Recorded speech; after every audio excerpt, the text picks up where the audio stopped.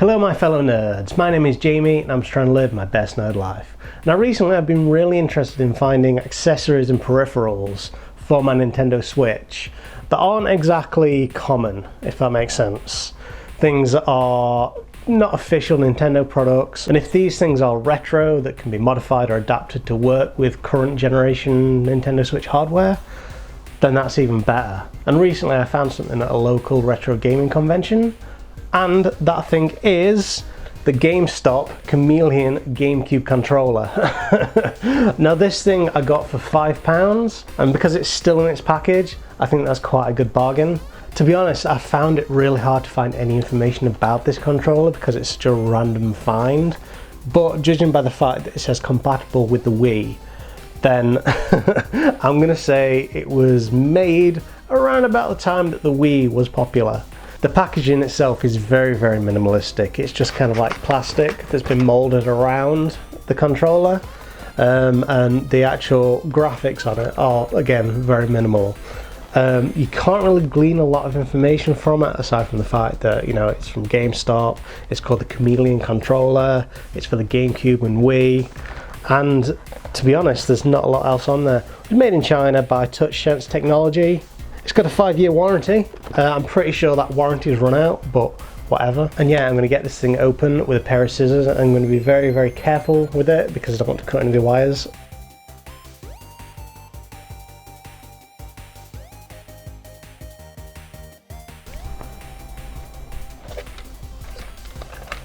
Yeah, here we have it in all its glory. It is looking pretty pristine, to be honest. The only thing I can see is there's a bit of a mark on here, on this side, and then there's a bit of a mark on the wire as well. But other than that, it seems pretty pristine, to be honest. I'm actually very happy with that. The thumbstick on the left, it's got a very interesting texture.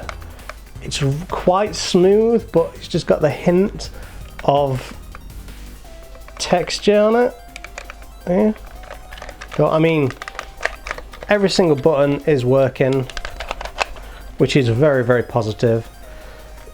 But until I plug this in, I've got no way of knowing if it does actually work. Now this is, as I said, for the GameCube and the Wii, so it does have the GameCube adapter, which means I can't plug it directly into my Nintendo Switch. Now luckily I had the foresight of counteracting this with the MIMD 3-in-1 GameCube controller adapter.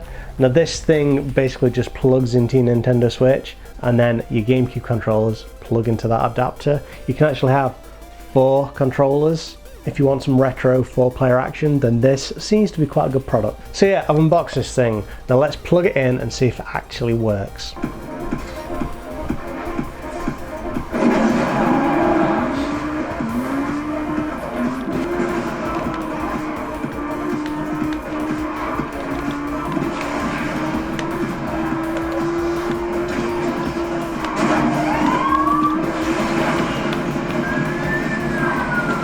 Oh, so close!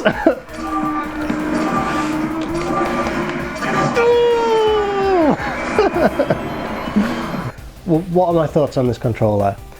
To be honest, it's difficult to say because it's an old controller, basically. It's not only an old controller, but it's also been fed through this, which is another thing that could make it go wrong.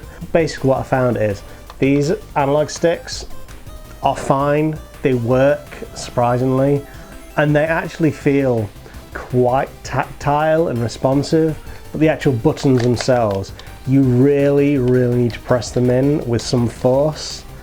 To be honest, I think that's just kind of a problem with the controller. You really do need to press them with intention. You can't just kind of lightly press them, lightly tap them. Which is a shame because I actually like the form factor of it. You can tell it's plastic and it's kind of cheap in that way. But it feels quite good in the hand. Like, you've got these things here that you can rest your fingers on, and that feels very, very nice and very, very comfortable. And also the buttons don't actually translate as well over into the gameplay. Some buttons you just don't have, like the plus and the minus keys, you can't use them. You can press start and that activates, I think, the plus, but the minus is just non-existent on this thing.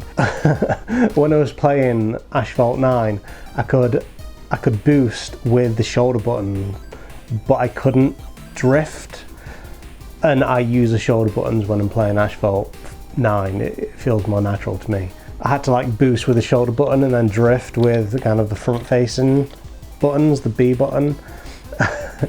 It's just doesn't feel right to me. It doesn't translate over very well, which is, you know, my excuse for sucking at Asphalt 9. But overall, I'm not like hugely disappointed with this. It's a GameStop controller from 10 years ago that cost me £5 to buy. It's an alright controller. If you find one out in the wild, then, you know, as long as you're not expecting it to be 1-for-1 input, if you're more of a kind of nimble fingered person like I am when I'm playing, then you're gonna struggle. You're gonna have to really press them in with some force. And anyway guys, thank you very much for watching my video about the Chameleon Gamecube controller that I tried playing with my Nintendo Switch. If you enjoyed this video, then I would highly recommend liking, commenting and sharing with your friends. And if you want to see more videos like this, then by all means subscribe. Thanks for your time.